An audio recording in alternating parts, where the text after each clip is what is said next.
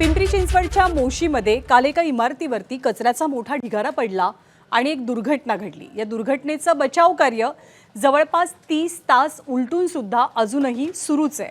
हे बचाव कार्य कसं सुरू आहे या बातमीतले अपडेट काय त्याचा आपण आढावा घेऊयात।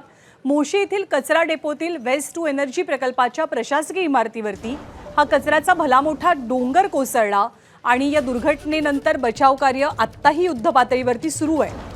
दुर्घटनेनंतर ढिगाऱ्याखाली एकूण 23 जण अडकून पडलेले, त्यातल्या 14 जणांना बाहेर काढण्यात आलंय। एकाचा दुर्दैवी मृत्यू झालाय।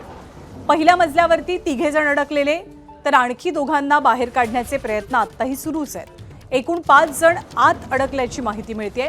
त्यामुळे पिंपरी चिंचवडचं अग्निशमन दल, एनडीआरएफ आणि लष्कराचे जवान जीवाची बाजी लावून हे अवघड रेस्क्यू ऑपरेशन पार पाडतात।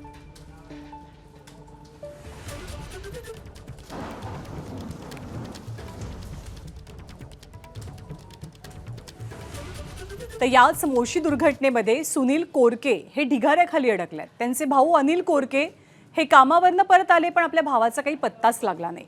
त्यामुळे संपूर्ण कोरके कुटुंब सध्या चिंतेत आहे।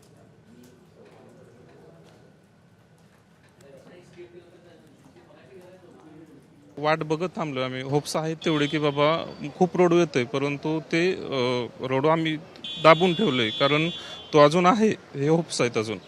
आणि आत्ता राहिलेत 5 जण फक्त, परंतु ते काही सापडत नाहीत।